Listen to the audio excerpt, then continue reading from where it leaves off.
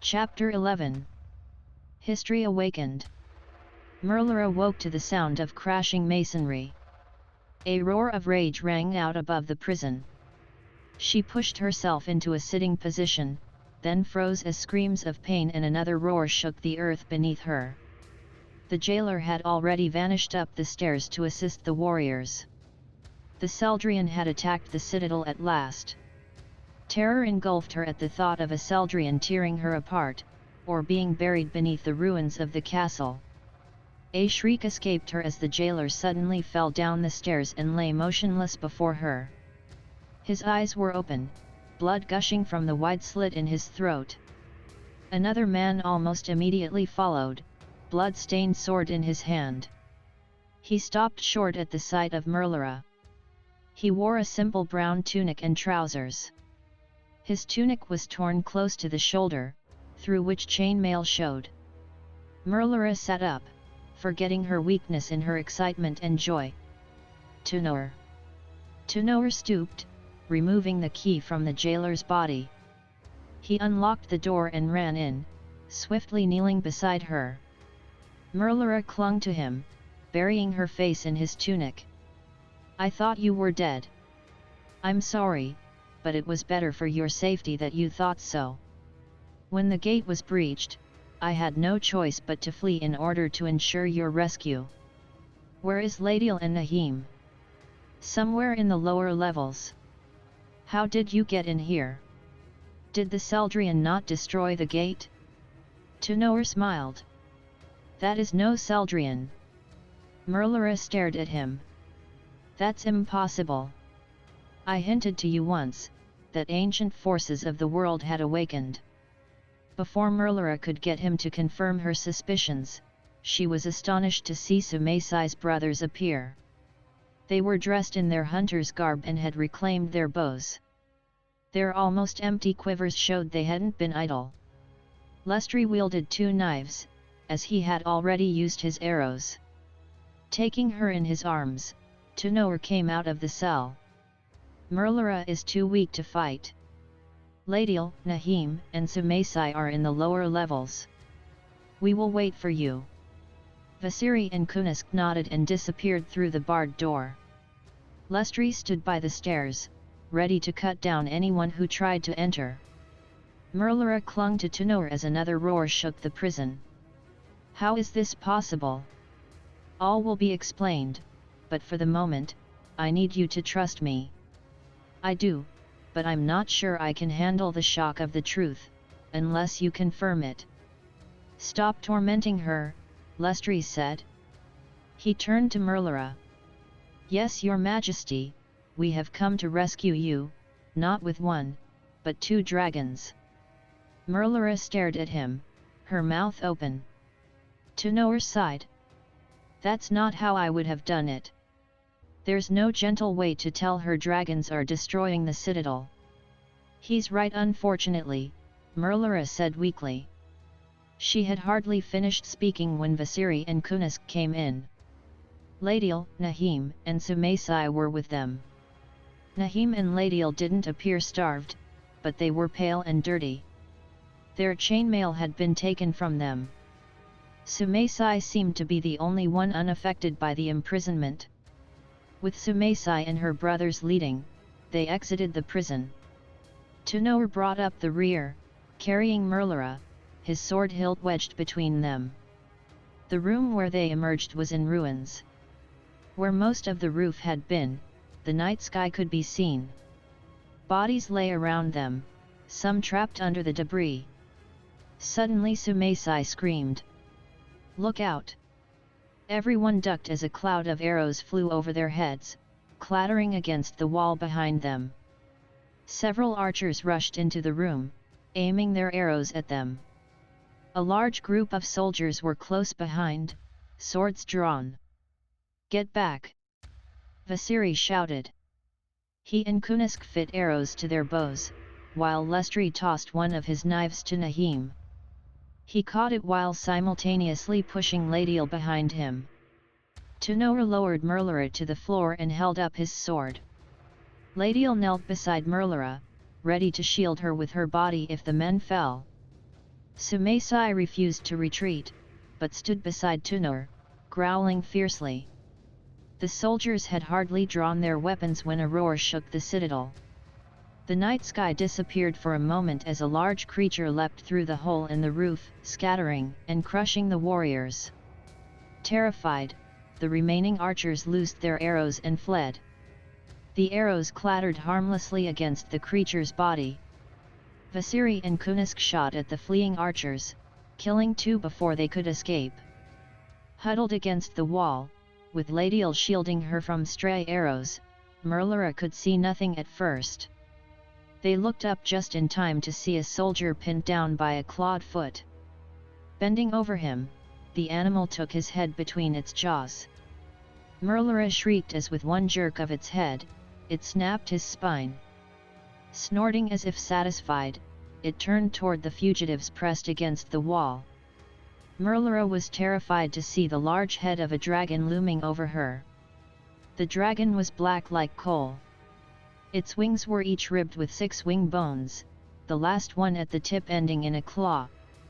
Its ears resembled that of a bat, and its head was shaped like a lizard's.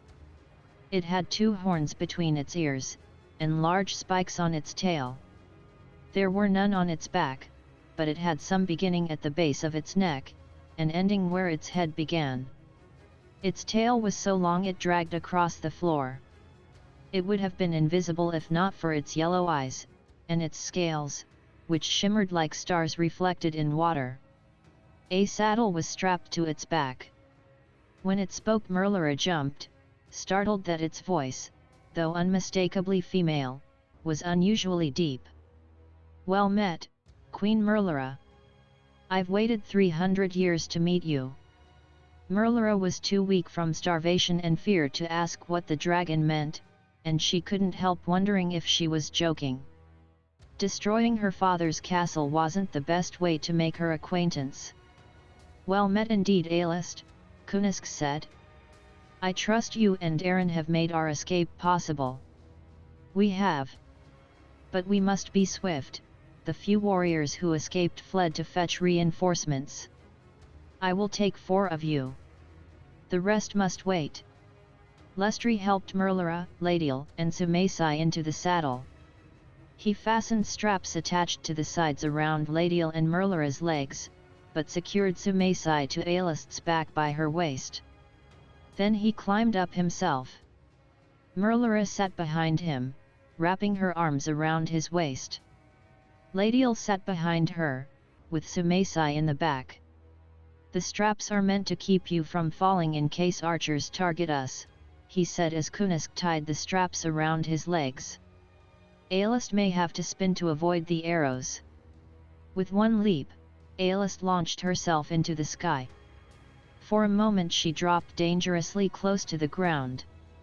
As she adjusted to the weight on her back, she slowly gained altitude. In the midst of her fear, Merlara realized they were rapidly leaving the castle behind. "Wait," she shouted, "we can't leave them." "We're not," Aelist said. Merlara felt Ladiel turn her head and look behind them. "She's right, look." Merlara looked back. Another black dragon, slightly bigger than Aelist, leapt into the air and dropped as she had. Merlara's heart almost stopped when for a moment the dragon looked as if it might land. Then with a powerful flap of its wings, it flew above the battlements. A cloud of arrows immediately followed it. The dragon turned sharply to the left. The arrows harmlessly struck its scales, missing its passengers. Merlara peered into the darkness behind them. Because of her dragon blood, she could see what only Sumaisai or Aelist would have seen had they been looking. "Someone is with them." "Who is it?" asked Ladiel. "I can't tell if it's a man or woman from this distance."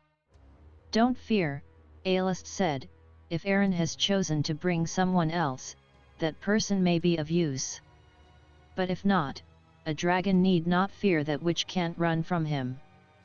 Merlara couldn't think of a reply. Soon they had left the city far behind. Aelist flew in front. Aaron, bearing Nahim, Kunusk, Vasiri, Tyor and the stranger, flew behind. A mist lay over the land, low clouds resting on the hilltops. Below them the Lucia River flowed. A village of the White Fox tribe came into view. Merlara's heart sank at the thought of what was in store for them. She would have been too cold, if not for Ladiel and Lestri's body warmth. Still, it was cooler than she liked, as there was little of her nightgown to shield her from the wind. "Where are we going?" Sumaisai asked at last. "To a safe place," Aodhnait answered. "We're bound for the wild lands, where the Free Eagles tribe dwells." "How do you know the Silj will welcome us?" Merlara asked. "They may be aligned with us now, but I doubt they'll care to be burdened with such fugitives." "We would agree with you," Lestri answered, "but apparently during the First Alliance, the Seldrian attacked them as well. Without telling their allies, the dragons defended them. For reasons Aaron and Aodhnait have refused to share, the dragons and Silj agreed to conceal this from Tyor, though Callagan has known of it for generations." "How much have you not told us?" Merlara said, suspicion getting the better of her.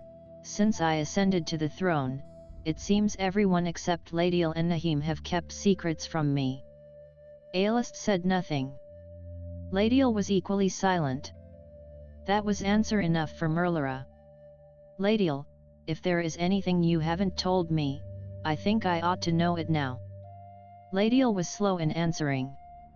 "There is much we didn't tell you. Too much to tell you now. I can tell you this much, that it was your mother's dying wish for us to keep these things from you, until you were ready to receive them." "Well, your timing was wonderful," Sumaisai said sourly. "Perhaps we wouldn't have been imprisoned, if you had spoken sooner." "All will be explained," said Aodhnait. "But now is not the time." Merlara wasn't convinced, but she was too exhausted to argue.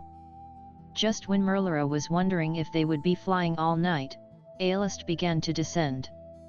Looking down, Merlara could see tents, a strange kind she had never seen, only heard of, tall tents made of animal hides, stretched over a framework of wooden poles. Some had smoke coming from openings in the top. Fires could be seen, many with people gathered around them. Other larger shapes were among them, some sitting, others standing. Some stood apart from the rest, as if waiting for something. As they drew nearer, Merlara realized the shapes were wolves. It was said by people who came to Tyor, that the Silj and Kasia often hunted together, dividing what they caught. Though the Silj could run with the speed and endurance of the wolves, they often used horses to hunt, but as their friends and companions, rather than their masters. When Aodhnait and Aaron were a few hundred feet from the ground, the wolves began to howl. The people reacted instantly. Shouting with excitement, they rushed with the wolves to meet the dragons, who landed a few yards from the encampment. Lestri jumped to the ground, then assisted Ladiel, Merlara, and Sumaisai. Sumaisai leapt to the ground as soon as Lestri untied the straps, relieved to be off Aodhnait's back.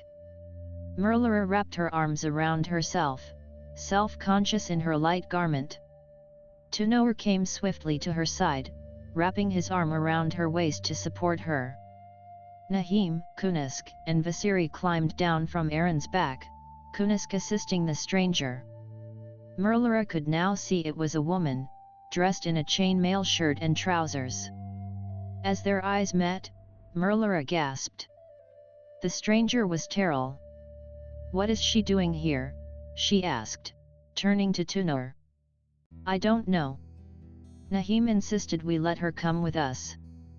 Merlara looked at her suspiciously.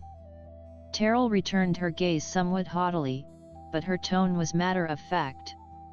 "Yes, your majesty, Captain Tyor speaks truly. It may interest you to know, that Nahim was the one to warn me of my tribe's betrayal." Before Merlara could question her, a large crowd of men, women, children, and wolves ran up. Sumaisai snarled, her eyes glowing red. Merlara noticed she was glaring at the wolves. They were about the size of horses, but the Silj seemed perfectly at ease in their presence.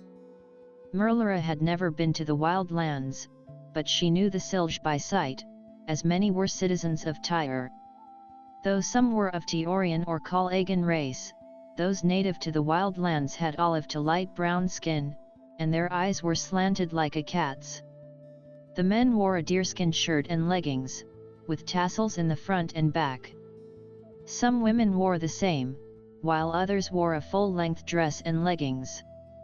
Both men and women either wore their hair down, or in 1 or 2 braids. Some men had their heads shaved, except for a single lock of hair down the middle. Some wore a black leather band, with 1 or more feathers in the back. The children were dressed in the same manner. They all wore soft leather shoes. 2 women and a man with light brown skin stepped forward. Tyor went to meet them, leading Merlara. "Your Majesty, I would like you to meet the chief of the Free Eagles." Merlara nodded. "I am honored." The chief wore a feather headdress, and his black hair was in 2 braids. The first woman wore a full-length dress and leggings, with 3 feathers in the band around her head. Her hair was brown and in a single braid. The second was younger, not much older than Merlara. She wore a shirt and leggings, with a single feather in her band. Her hair was black and in 2 braids. She looked at Merlara with a mixture of amazement and joy. "Welcome," the chief said. "I am Amazua. This is my wife, Liseo, and my daughter, Sailsoa." Merlara bowed respectfully. Liseo and Sailsoa nodded. "Tina. Welcome." Merlara replied, "Easa Iwea. I thank you." The chief smiled. "One of your kin has dwelled with us long. She's waited many years to meet you." Merlara hesitated, unsure what to say. There must be some mistake. "I have no other kin that is living." A voice in the crowd answered her. "So you were told, but the time has come for me to reveal myself." Merlara stared in amazement, as the crowd parted and a strange woman stepped forward. She was dressed as Sailso was, but her skin was white. Her hair was white also, worn in a single braid. Her eyes were the same shade of green as Merlara's. But the strangest thing about her was how young she looked. She looked at her with the expression of one who had waited years for this moment, but could hardly believe it had arrived. She touched Merlara's face with her hand, her eyes shining. "You have the look of your mother. I have waited so long to see you. I only wish I could have witnessed your childhood." Merlara's heart stopped at her words. "Who are you?" "I am Kahira, your mother's sister." Merlara stared at her. Her mother had been in her late 50s when she died. This woman was clearly in her 20s, not much older than she was. "My mother had no sister." Kahira's smile faltered for a moment. "It was to ensure your safety she kept my existence from you. She was against it, but relented when I gave her my reasons. But now the time has come, for all secrets to be revealed. But first," Nahim said, "you must have food and rest." Merlara looked at him sharply. She didn't have to look at Ladiel to realize she had known of her aunt as well.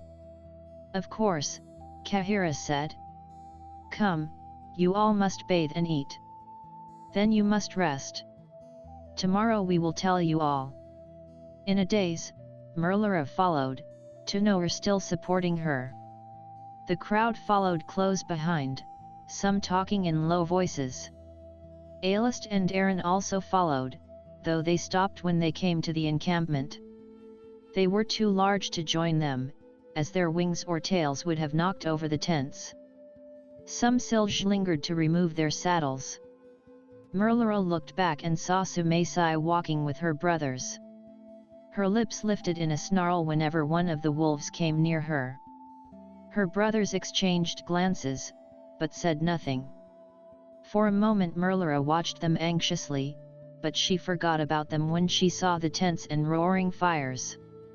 Kahira led her away from the others.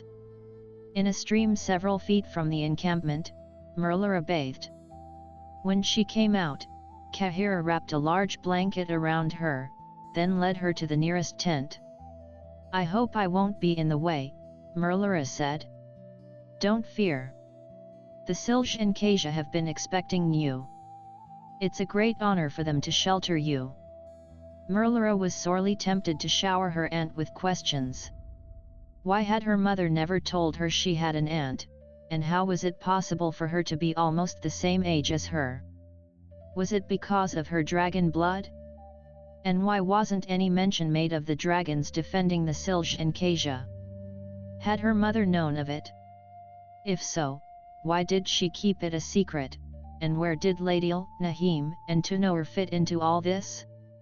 How much did they know, and why hadn't they told her? She wanted answers, but she sensed Kahira wasn't going to answer them right away. "In that she is like my mother," she thought.